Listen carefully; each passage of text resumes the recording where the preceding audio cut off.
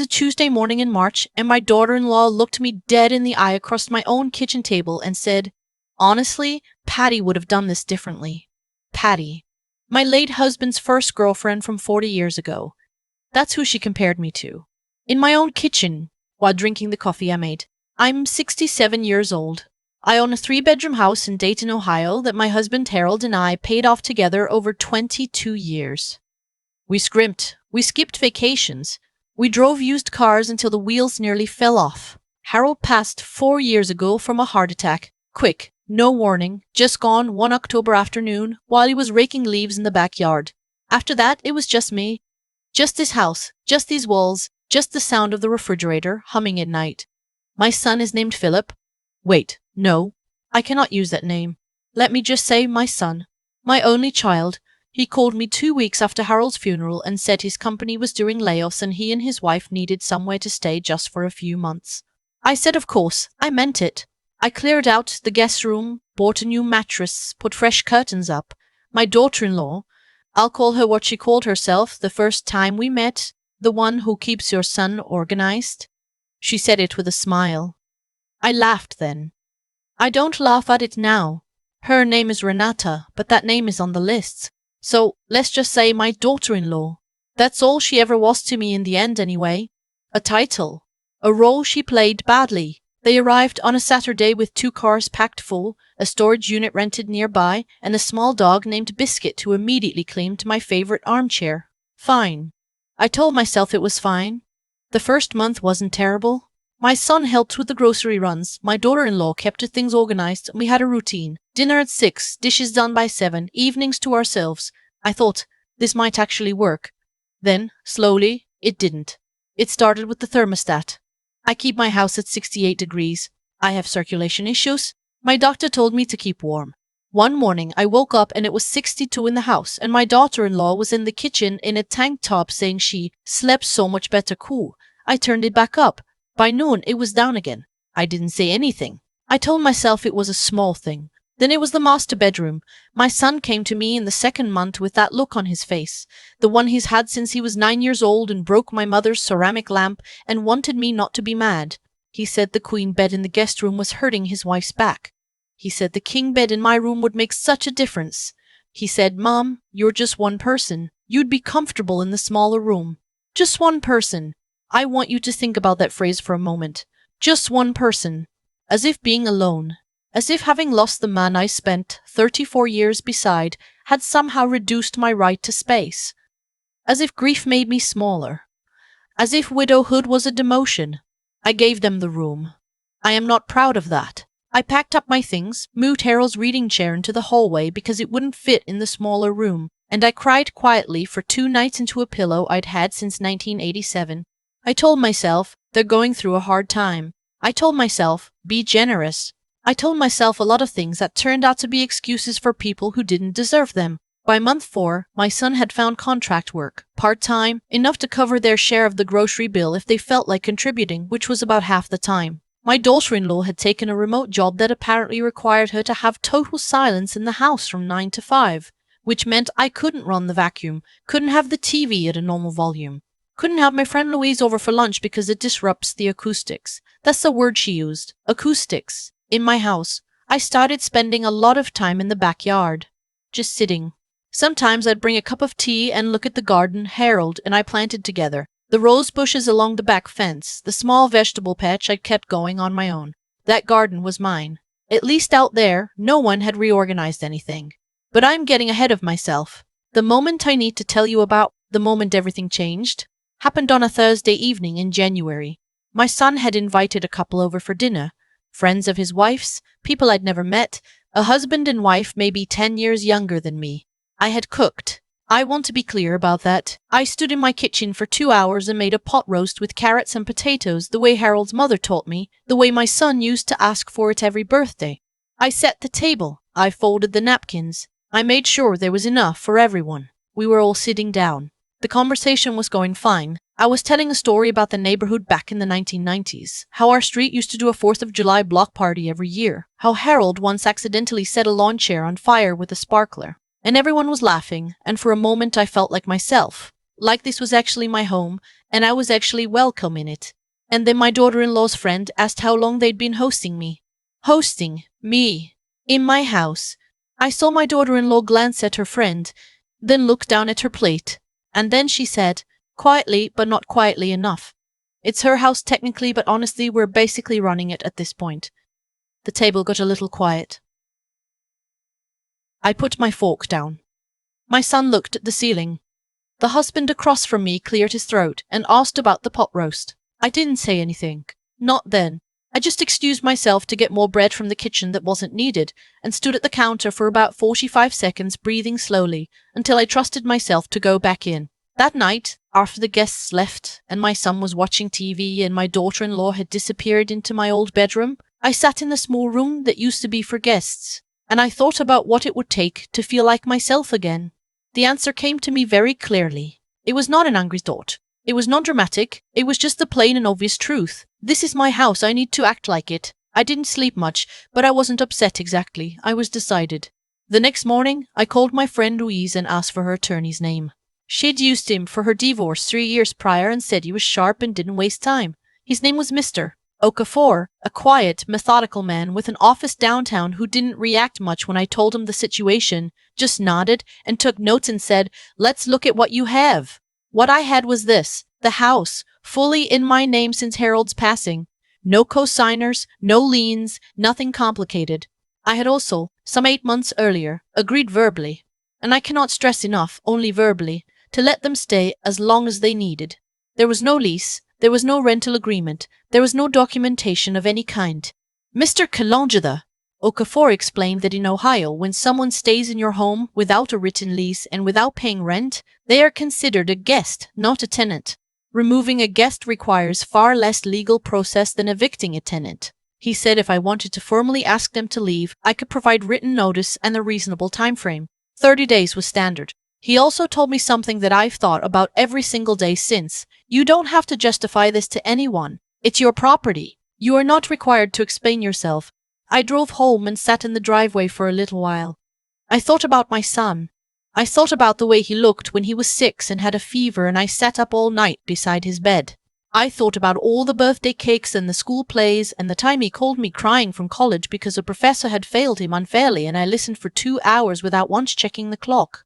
I thought about all of it, and then I thought about just one person and basically running it at this point. I went inside and called my bank. I had a joint savings account that my son and I had opened years ago, initially for emergencies, the kind of account you set up when your kid goes off to college and you want them to be able to reach you in a crisis. Over time, I'd largely stopped using it, but there was a meaningful amount in it, money that was mine, accumulated from Harold's life insurance and my own part-time work over the past few years. I spoke with the branch manager directly, explained that I wanted to restructure the account, remove the joint access, and consolidate the funds into an individual account in my name only. She was matter-of-fact and kind. She walked me through the paperwork. It took about 40 minutes. I signed everything and drove home. That evening, I also called my estate attorney, a different lawyer, one who'd handled Harold's will, and told her I'd like to revisit my own documents. Specifically, I wanted to ensure that the power of attorney I'd signed 2 years earlier, which designated my son as my agent for financial decisions in the event of incapacitation, was clearly limited in scope and not something that could be broadly interpreted. She explained that I could, at any time and in full sound mind, revoke or modify a power of attorney. We scheduled an appointment. Now, I want to be honest about something. During all of this, the bank, the lawyers, the paperwork, I was not planning some grand revenge. I was not gleeful. I felt the way you feel when you've been putting off going to the doctor for something that's been bothering you for months, and you finally make the appointment, and the relief isn't about punishment. It's about having finally taken care of yourself. I still loved my son. That was the hardest part. I still do. But love doesn't mean you let people treat your home like a hotel they manage for you. 3 days passed. I said nothing about any of it. I made dinner. I watched the evening news in the small room. I fed Biscuit when no one else remembered to because the dog had grown on me despite himself. On the 4th day, a Friday, my son came to me with his phone in his hand and a look I had not seen on his face since the ceramic lamp incident, except this time it was much worse. "Mom," he said, "I tried to transfer money from our account." I said, It says I don't have access. That's right, I said. I restructured the account. It's just in my name now. He stood there for a moment. Why didn't you tell me? I looked at him. I thought about saying a lot of things. I thought about the thermostat in the master bedroom and the Tuesday morning in March and the acoustics and basically running it at this point. I said, because it's my account. I didn't realize I needed permission. His wife came into the doorway then. She had clearly heard part of it. What's going on? My son turned to her and started to explain. I watched her face change from confused to calculating. Then she looked at me. This is because of what I said at dinner, isn't it? Not a question. She knew. I think, I said, that it's time for us to have a real conversation about this arrangement. I told them what I'd learned from Mr. Okafor. I told them that as guests, not tenants, they would need to make other arrangements within 30 days. I told them I would put it in writing, which I did, calmly and with no raised voice, later that evening in a letter I left on the kitchen counter. I also told them this: I want you to know that the door isn't permanently closed, but I need my home back. And I need to be treated like I live here, not like I'm visiting. My daughter-in-law started to say something about how much they'd contributed, about how much she'd helped me, about a list of things she'd apparently been keeping track of. My son put his hand on her arm. I don't know what he said to her after I walked down the hall. I didn't need to hear it. They were gone in 3 weeks, not 4. They found an apartment about 12 minutes away, a 2-bedroom in a complex with new appliances and a dog policy for Biscuit. My son called me the evening they moved in, just to say they'd gotten there okay. It was a short call, a little stilted, but he called. The first night alone in my house again, I moved Harold's reading chair back into the master bedroom. I changed the thermostat to 68. I called Louise and invited her to lunch on a Wednesday at noon, and I ran the vacuum first thing in the morning just because I could. I am not telling you this story because I want you to feel sorry for me, or because I want to celebrate being cold or difficult. I am telling you this because I spent almost a year making myself smaller in a space I had built. I told myself patience was virtue, that sacrifice was love, that generosity without limits was what good mothers did. It isn't. Real generosity has a floor. Real love includes yourself. And no one, not your son, not his wife, not anyone who shares your table, has the right to make you feel like a guest in your own life. There is a rose bush along my back fence that Harold planted in 1999. It bloomed last April for the first time in 3 years. I don't fully know why, but I like to think the garden knows when someone is paying attention to it again. I'm paying attention now.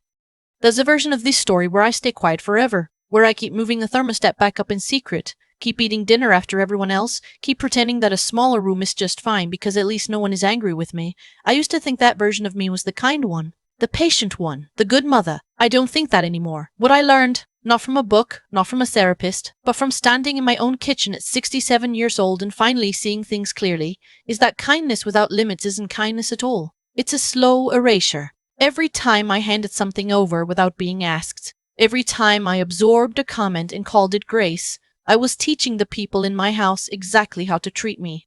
I was writing the rules. I just didn't realize I was the one holding the pen.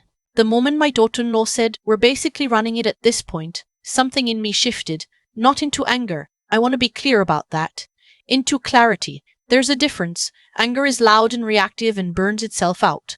Clarity is quiet. Clarity is what made me call Mr. Cand Okafor the next morning instead of starting an argument at the dinner table. Clarity is what made me sit down with the branch manager and restructure an account calmly, matter-of-factly, the way you handle something that simply needs to be handled. I had spent months reacting emotionally in private and performing peace in public. What I needed, what had always been available to me, was to think clearly and then act. That's the thing about wisdom that nobody tells you when you're younger. It isn't about knowing more facts. It's about knowing yourself well enough to recognize when you stopped honoring your own life. I knew when I moved Harold's reading chair into the hallway that something was wrong. I knew it when I started spending my afternoons in the backyard just to avoid disrupting the acoustics. I knew and I did nothing, because knowing without acting is just a quieter form of giving up. What finally moved me wasn't rage, it was respect for Harold, who worked alongside me for 22 years to pay off that house. For the woman I had been before I started apologizing for taking up space. You don't honor someone's memory by letting strangers rewrite what they helped you build. And you don't honor yourself by waiting for someone else to decide you deserve better. The hardest part wasn't the phone calls or the paperwork. The hardest part was accepting that doing the right thing for myself might hurt my son, that love and accountability can exist in the same breath, that I could hand him a 30-day notice and still answer when he called to say they'd arrived safely.